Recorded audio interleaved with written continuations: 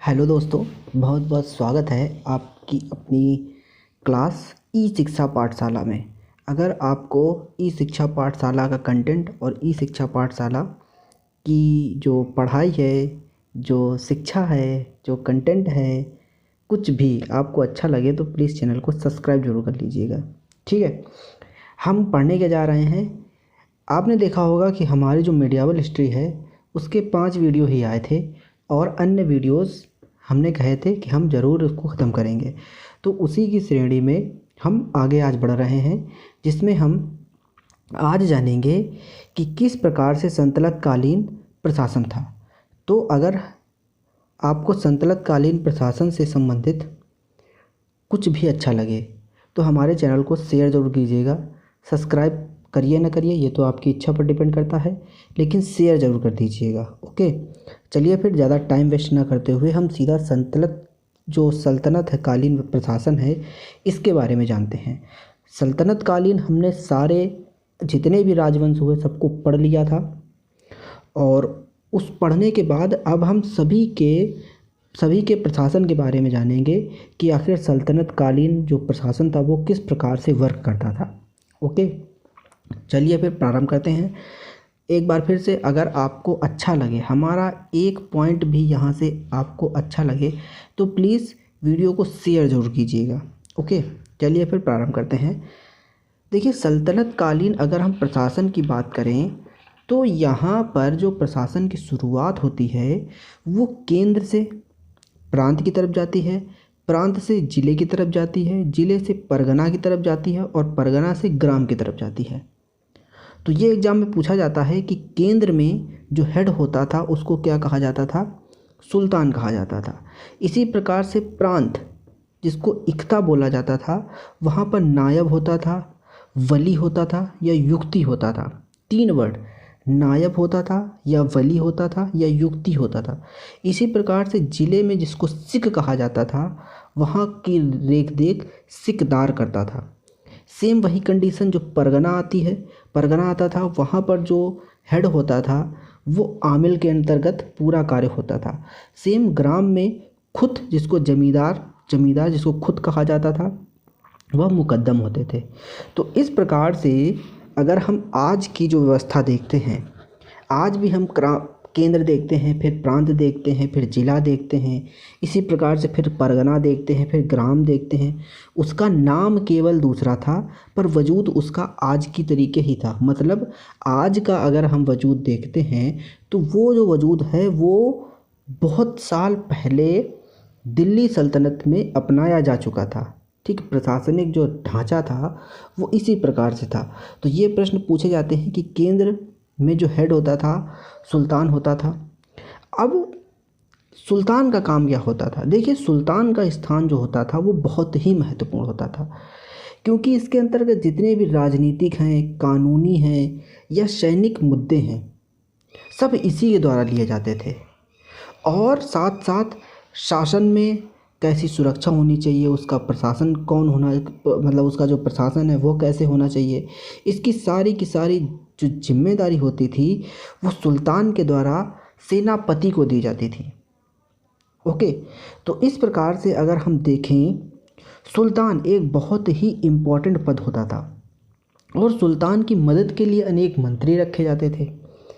अब इन मंत्रियों का जो चयन होता था वो खुद सुल्तान करता था और अपनी इच्छा अनुसार करेगा। वो जब चाहेगा आपको हटा देगा, जब चाहेगा आपको रख लेगा। Okay sorry. तो इसी प्रशासन में जो सबसे महत्वपूर्ण व्यक्ति आता था उसको वजीर कहा जाता था। क्या कहा जाता था? वजीर।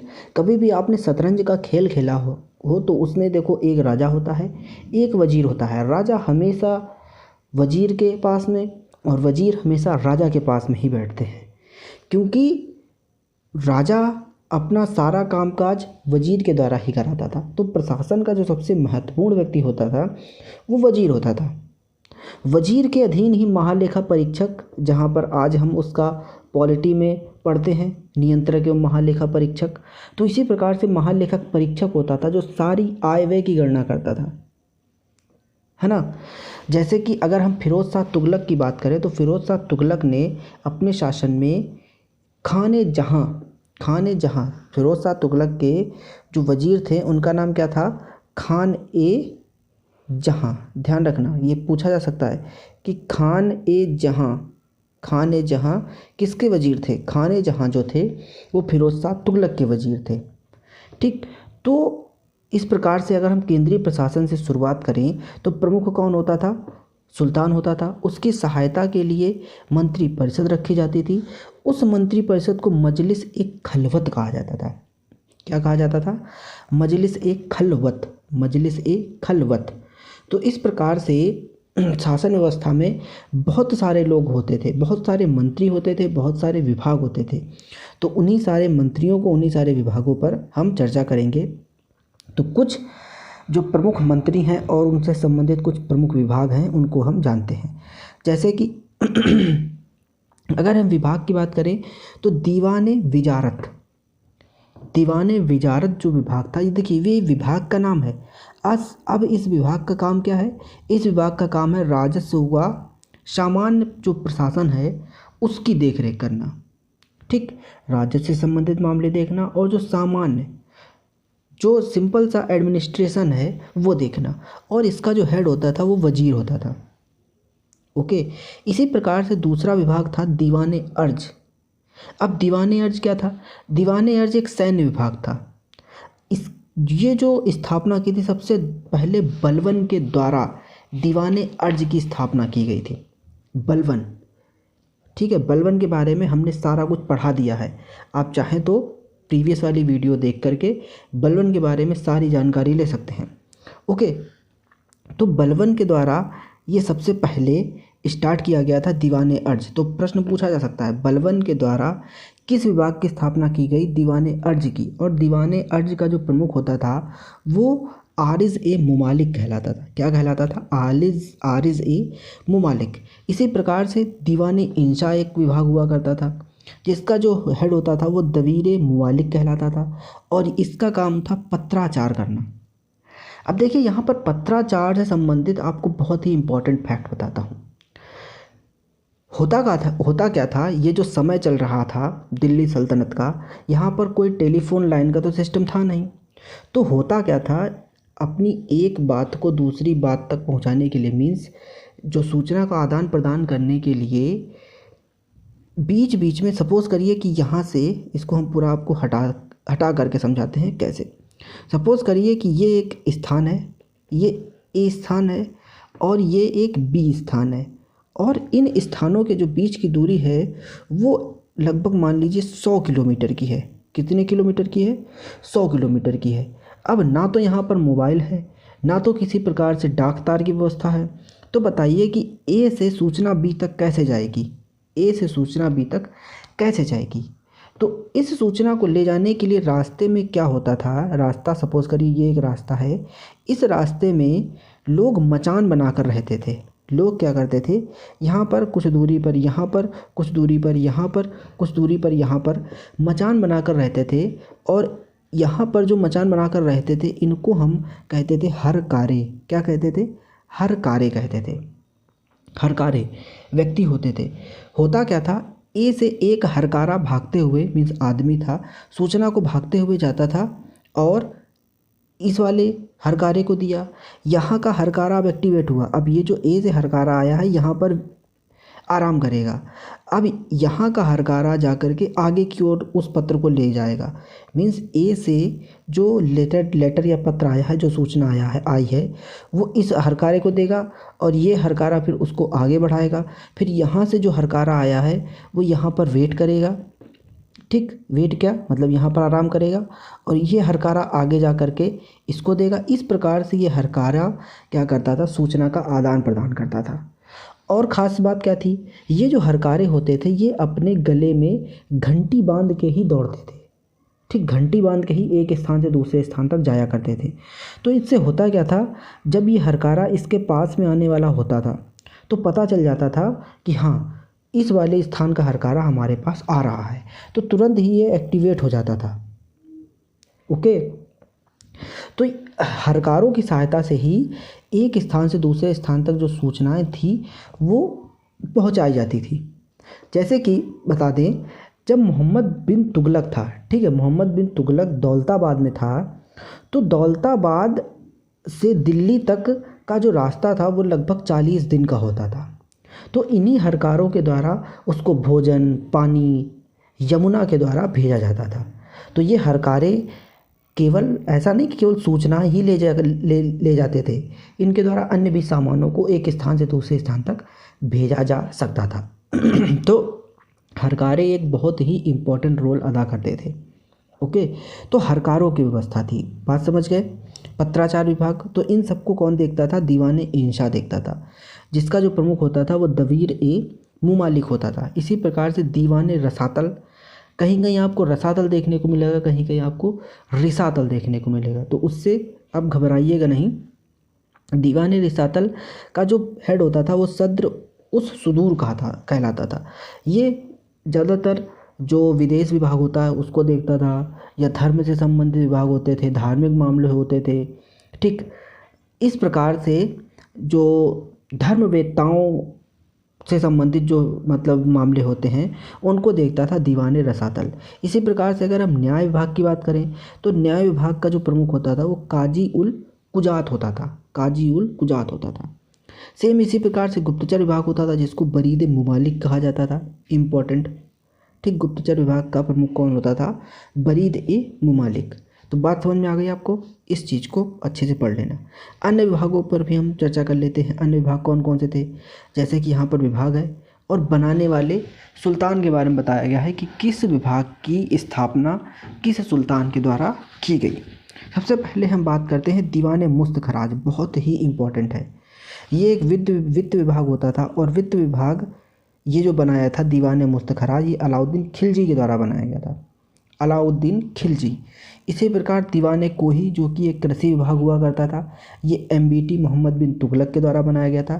दीवाने अर्ज जो कि सैन्य विभाग था, बलबन के द्वारा बनाया गया था। दीवाने बंदगान फिरोज शाह तुगलक के द्वारा बनाया गया था। इसी प्रकार से दीवाने खैरात भी फिरोज शाह तुगलक के द्वारा बनाया गया था। दीवाने इस्तिहाक भी फिरोज शाह तुगलक के द्वारा बनाया गया था। तो ये विभाग डायरेक्ट पूछ लिए जाते हैं, मैचिंग में भी आ जाते हैं, तो इसलिए इसको आप एक बार ज़रूर पढ़ लेना। नेक्स्ट बात करते हैं प्रमुख अधिकारी की, कि प्रमुख अधिकारी कौन कौन से होते थे। जैसे कि अमीर आखूर, अमीर आखूर जो होता था वो अश्वसेना, ठीक, जो कि घुड़सवार होते थे, ठीक, उनका जो अधिकारी होता था उसको कहा जाता था अमीर आखूर। इसी प्रकार से जो बरीद होता था ये एक दूध का काम करता। नायब ए ममालिकात, तो नायब ए ममालिकात में आप याद कीजिए रजिया सुल्तान 1236 से 1240 पढ़ाया था हमने आपको। इसके बाद हमने आपको बताया था बहराम शाह, याद है? तो बहराम शाह ने क्या किया था? बहराम शाह के ही शासनकाल में जो अमीर होते थे, अमीरों के एक संरक्षक का उसने पद बनाया था, जिसको बोला गया था नायब ए ममालिकात, याद है? तो इसमें सबसे पहले उसने किसको बैठाया था? ऐतगीन को। याद आ रहा कि नहीं याद आ रहा है? जिसमें हमने बताया था कि अब जब ऐतगीन की लोकप्रियता बढ़ती गई तो इससे जो वहाँ पर संरक्षक होते थे, अमीर होते थे, उन्होंने बहराम शाह की हत्या कर दी थी, क्योंकि यहाँ पर वो लोग डर गए थे कि ऐसा ना हो कि एक समय ऐसा आए कि यहाँ पर हम लोगों का जो वर्चस्व है वो ख़त्म होता जाए। ऐसा किसने सोचा? अमीरों ने। तो अंतिम जो नायब ममालिकात था वो किसको बनाया गया? खुसरो खां को। खुसरो खां अंतिम नायब ममालिकात बना। तो ध्यान रखना, प्रमुख अधिकारी में अमीर आखूर जो कि अश्वसेना का हेड होता था, बरीद जिसको दूत कहा जाता था, और नायब ममालिकात जो पहला था वो कौन था? ऐतगीन। किसके शासनकाल में? बहराम शाह के शासनकाल में। और बहराम शाह का शासनकाल कब से कब तक था? 1240 से लगा करके 1242 तक। ठीक, चलिए आगे बात करते हैं। नेक्स्ट बात करते हैं राजस्व प्रशासन की। देखिए, राजस्व प्रशासन में आपको सबसे पहले समझना है भूमि के बारे में। भूमि के यहाँ पर देखिए 3 प्रकार चलते थे। सबसे पहला होता था जो सरकारी भूमि होती थी, जिसमें हमने आपको बताया था अलाउद्दीन खिलजी का समय। अलाउद्दीन खिलजी की बाज़ार व्यवस्था को ज़रा सा ध्यान कीजिए। अलाउद्दीन खिलजी की बाज़ार व्यवस्था में क्या था कि वहाँ पर जो वस्तु का मूल्य होता था वो सरकार तय करती थी। इसी प्रकार से जो सरकारी भूमि होती थी उसको खालसा कहा जाता था, और उसी में जो निजी निजी भूमि रखता था उसको इख्ता कहा जाता था। तो भूमि के प्रकार में ये ध्यान रखना। और तीसरा इसी में आता था अनुदान। अनुदान क्या होता था? देखिए, भूमि की नाप जोख करने के बाद क्षेत्रफल के आधार पर लगान का निर्धारण जो होता था वो भारित होता था। ओके, आगे क्या होता था? इसकी जो शुरुआत हुई थी वो किसने की थी? अलाउद्दीन ने। इसकी शुरुआत किसने की थी? अलाउद्दीन ने। इसके बाद है देवल सल्तनत काल में अंतर्राष्ट्रीय बंदरगाह के रूप में प्रसिद्ध किया था। इसी में अनुदान के थ्रू ही ये जो देवल था इसको सल्तनत काल में अंतर्राष्ट्रीय बंदरगाह के रूप में भी विकसित किया गया था। तो ये प्रश्न पूछा गया है कि सल्तनत काल में जो अंतर्राष्ट्रीय बंदरगाह था वो कौन था? देवल बंदरगाह। ओके, चलिए आगे बात करते हैं राजस्व कर व्यवस्था के बारे में। देखिए, राजस्व कर व्यवस्था में कुछ कर के नाम है, जैसे उस्र है, खराज है, ज़कात है, जजिया है। ये कैसे होते थे इनको समझिए। देखिए, उस्र जो है ये मुसलमानों से लिया जाने वाला एक भूमि कर था। अगर पूछा जाए उस्र कैसा कर था? मिलान में भूमि कर था। किससे लिया जाता था? मुसलमानों से लिया जाता था। खराज जो कि गैर मुसलमानों से लिया जाने वाला क्या था? भूमि कर था। ये भी एक प्रकार का भूमि कर था। जकात कौन सा कर था? मुसलमानों पर एक धार्मिक कर था। और ये क्या होता था? संपत्ति का 1/40वां हिस्सा होता था, 40वां भाग होता था। इसी प्रकार से जो जजिया होता था वो गैर मुसलमानों से लिया जाता था, एक धार्मिक कर था। ओके, अन्य तथ्य इसके समझ लेते हैं। अन्य तथ्य देखिए, सुल्तान की स्थायी सेना को क्या कहा गया था? सुल्तान की जो स्थायी सेना होती थी उसको खारसेल नाम दिया गया था। सुल्तान की स्थायी सेना को खारसेल नाम दिया गया था, खारसेल। ओके, नेक्स्ट पॉइंट क्या है? नेक्स्ट देखिए क्या है। मंगोल सेना के वर्गीकरण की दशमलव प्रणाली को सल्तनत कालीन सैन्य व्यवस्था का आधार बनाया गया। इस पॉइंट को भी ध्यान रखना। सल्तनत काल में बारूद की सहायता से गोला फेंकने वाली मशीन को मंगलीक या अर्राद कहा जाता था। ओके, अच्छा आगे देखिए, इंपॉर्टेंट पॉइंट है बहुत ही ज़्यादा। अलाउद्दीन खिलजी ने क्या किया था? इक्ता प्रथा को भी समाप्त किया था। तो ये सारे पॉइंट आपके लिए बहुत ही इम्पोर्टेंट है। और इसकी जो दोबारा शुरुआत की, देखिए इक्ता जो प्रथा थी उसको जो समाप्त कर दिया, किसने समाप्त कर दिया? अलाउद्दीन खिलजी ने। लेकिन फिर से इसको किसने शुरू कर दिया? फिरोज तुगलक ने। ओके, इसके बाद में नेक्स्ट पॉइंट क्या है 6 नंबर का? सल्तनत काल में अच्छी नस्ल के घोड़े तुर्की होते थे, अरबी होते थे और रूसी होते थे।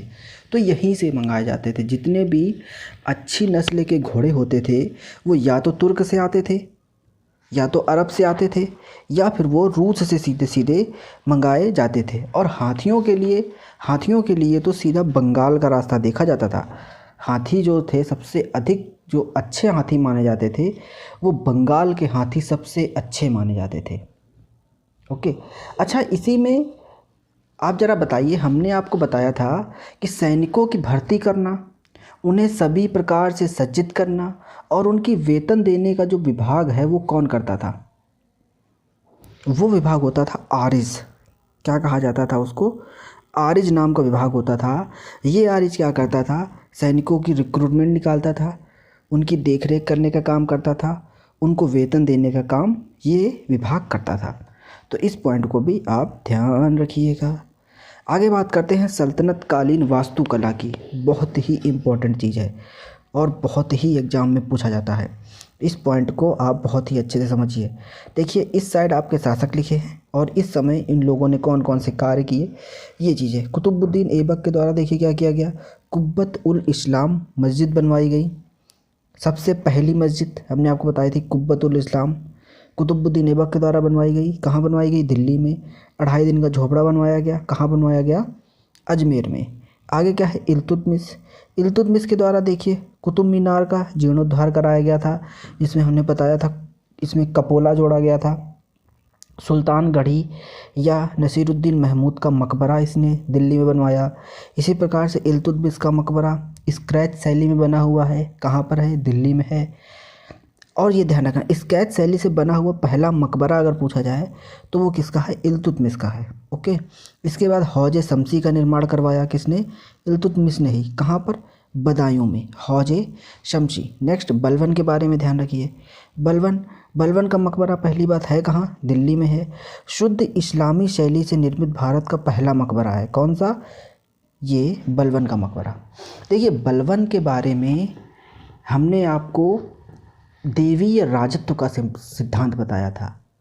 मीन्स बलबन अपने आप को देवता का एक अंश समझता था, देवता की परछाई समझता था और अपने आप को कट्टर मुस्लिम समझता था। तो इसलिए वो अगर निर्माण करवाएगा तो कैसे निर्माण करवाएगा, शुद्ध इस्लामी शैली उसमें चित्रित करवाएगा कि नहीं करवाएगा।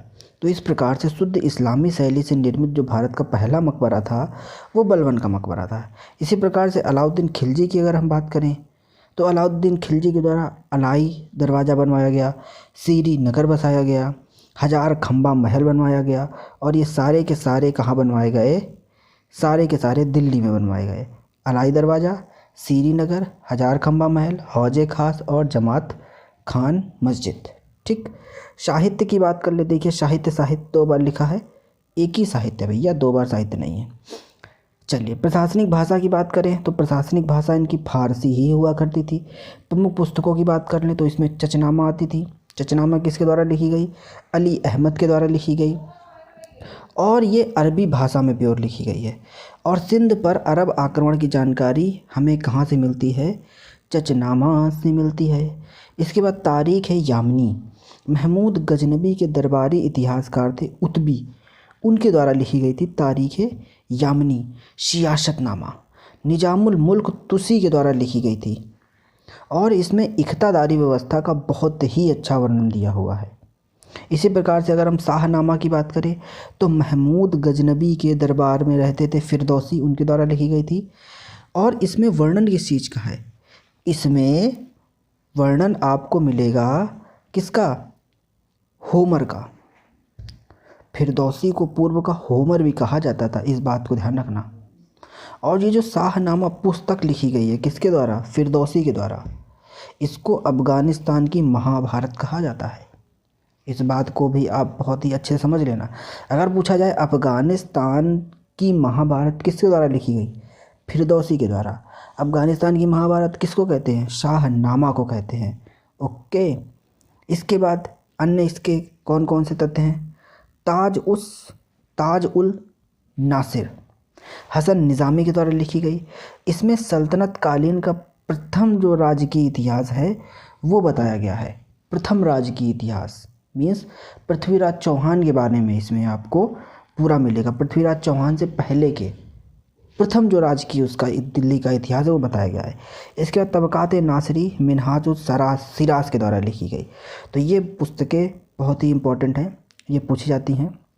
नेक्स्ट बात करते हैं हम अमीर खुसरो के बारे में, समझते हैं अमीर खुसरो आखिर कौन था, अमीर खुसरो ने किस प्रकार से योगदान दिया। यहाँ पर समझने की कोशिश कीजिए, अमीर खुसरो को हम एकदम शॉर्ट में यहाँ पर सीख रहे हैं। तो अमीर खुसरो से प्रश्न बनते भी बहुत ज़्यादा है। तो अमीर खुसरो के बारे में क्यों ना हम इसकी जो मुख्य चीज़ें हैं वो समझ लें। ध्यान रखिए, अमीर अबुल हसन यसीनुद्दीन अमीर खुसरो पूरा नाम था इनका, अबुल हसन यमीनुद्दीन अमीर खुसरो इनका पूरा नाम था। इनका जो मूल नाम था वो मोहम्मद हसन था। क्या था, मोहम्मद हसन। इनका जन्म 1253 में हुआ था, उत्तर प्रदेश में हुआ था। मृत्यु उनकी 1325 में हो गई। कहाँ हो गई, दिल्ली में हो गई। इनके गुरु का नाम अगर पूछा जाए तो गुरु का नाम बहुत ही इम्पोर्टेंट है, सूफ़ी संत शेख निज़ामुद्दीन औलिया। औलिया की दरगाह आपको याद होगा, हमने आपको बताया था जब हम आपको अलाउद्दीन खिलजी का टॉपिक पढ़ा रहे थे। उपाधियाँ इनको कौन कौन सी दी गई थी, तूतीय हिंद उनको बोला गया था, तुर्क लाभ इनको बोला गया। और दिल्ली सल्तनत के एकमात्र ऐसे व्यक्ति थे जिन्होंने 8 सुल्तानों का समय देखा। तो ये भी आपके लिए बहुत ही जानना जरूरी है। बलबन से लेकर मोहम्मद बिन तुगलक तक का इन्होंने पूरा शासनकाल देखा। इसके बाद खड़ी बोली की बात करें, हम सितार की बात करें, तबले की बात करें, इसके ये जनक बोले गए। उपाधियां हमने इनको बता ही दी, तूतिए हिंद और तुर्कल्लाह की उपाधि दी गई थी। इसके बाद कव्वाली के पिता भी इनको कहा गया। किसके पिता? कव्वाली के पिता, कव्वाली के पिता। नेक्स्ट गज़ल शैली के पिता, उर्दू साहित्य के पिता अमीर खुसरो को ही कहा गया। इसके बाद खुसरो की अगर पहली पुस्तक पूछी जाए तो ये है कीरान उस सादेन। क्या है? कीरान उस सादेन अमीर खुसरो की पहली पुस्तक है। अब अच्छा, इस पहली पुस्तक में इन्होंने क्या कहा वो चलो ये बात छोड़ देते हैं। सबसे पहले हम बात करते हैं आशिका की। ये जो पुस्तक है आशिका, ये कैसी पुस्तक है? इसमें आखिर इन्होंने क्या बताया? देखो, अलाउद्दीन खिलजी के पुत्र कौन थे? खिज्र खां और देवल की जो रानी थी, इनके बीच में लव स्टोरी थी यानी कि इनके बीच में प्रेम कथा थी। तो उस प्रेम कथा को इन्होंने अपनी आशिका नामक किताब में वर्णित किया था। तो अगर कोई डायरेक्टर अगर देखना चाहे तो इस चीज़ को समझ सकता है और यहाँ से कोई ना कोई स्टोरी देख करके वो अपनी फिल्म को डायरेक्ट कर सकता है। मुझसे संपर्क करे, मैं बताऊंगा उसको, है ना। इसके बाद है नूह सिपर। इसी में अलाउद्दीन खिलजी के एक पुत्र और थे, मुबारक शाह खिलजी। मुबारक शाह खिलजी के बारे में भी नूह सिपर में वर्णन मिलता है। नेक्स्ट है तारीख़ अलाई। तारीख़ इलाई, तारीख़ अलाई। अब देखिए, अलाउद्दीन खिलजी के दरबार में थे तो अलाउद्दीन खिलजी के जो सैन्य अभियान थे, जितने भी सैन्य अभियान थे वो आपके तारीख़ अलाई में मिलेंगे। ओके। नेक्स्ट तुगलकनामा, जो कि बहुत ही फेमस बुक है। अमीर खुसरो का अंतिम ग्रंथ था। अमीर खुसरो का अंतिम ग्रंथ था कौन? तुगलकनामा। और इसमें गयासुद्दीन तुगलक के बारे में समस्त वर्णन किया गया था। तो इस प्रकार से हमने क्या देखा? अगर हम प्रारंभ से अंतिम तक की बात कर लें तो सबसे पहले हमने सल्तनत कालीन प्रशासन को समझा। इसमें किस प्रकार से केंद्र से लगा करके प्रांत, फिर जिला, फिर परगना, फिर ग्राम ये बटे थे। इसके बाद हमने प्रमुख विभागों को जाना, उनकी विशेषताएं क्या थी, उसके हेड कौन थे ये जाना, ये सारे इम्पोर्टेंट हैं। इसके बाद अधिकारियों के बारे में भी हमने जाना कि अमीर आखोर कौन था, वरीद किसको कहते थे। राजस्व प्रशासन को भी समझ लिया, राजस्व प्रशासन के बारे में बहुत कुछ जाना। राजस्व कर व्यवस्था को भी समझा। नेक्स्ट इसके बाद हमने सल्तनतकालीन जो वास्तुकला थी, इस चीज़ को भी समझा। बात समझ रहे? ये सारे देखिए इम्पोर्टेंट फैक्ट हैं, बाकी पढ़ाने को तो इसमें और भी चीज़ है ना। चलो नेक्स्ट हमने क्या समझा? नेक्स्ट हमने साहित्य के बारे में भी थोड़ा बहुत जानकारी ले ली, जो इम्पोर्टेंट जानकारी थी। और साहित्य को समझने के बाद हमने अमीर खुसरो के बारे में भी यहाँ पर पढ़ लिया है। ओके।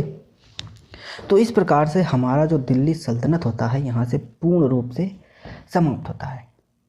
एक स्पीड वाली वीडियो थी, फायर एंड फॉरगेट वाली वीडियो थी। नहीं, फायर करो बट फॉरगेट मत करो। ओके। तो इस प्रकार से हमारा होता क्या है, दिल्ली सल्तनत समाप्त होती है। नेक्स्ट क्लास में हम विजयनगर के बारे में जानेंगे। विजयनगर और बहमनी साम्राज्य को पढ़ेंगे। 1530 से लगा करके 1350 से लगा करके 1565 तक का जो भी विजयनगर और बहमनी साम्राज्य है, इसके बारे में भी समझेंगे। चलिए फिर मिलते हैं अपनी नेक्स्ट क्लास में। तब तक के लिए ज़्यादा से ज़्यादा रिवीजन कीजिए, ज़्यादा से ज़्यादा पढ़िए, और अगर कहीं से आपको फैक्ट मिले तो उसमें जोड़ने की कोशिश कीजिए जो कि हमने आपको बताए हैं। ठीक, मिलते हैं नेक्स्ट क्लास में। बहुत बहुत धन्यवाद आपका।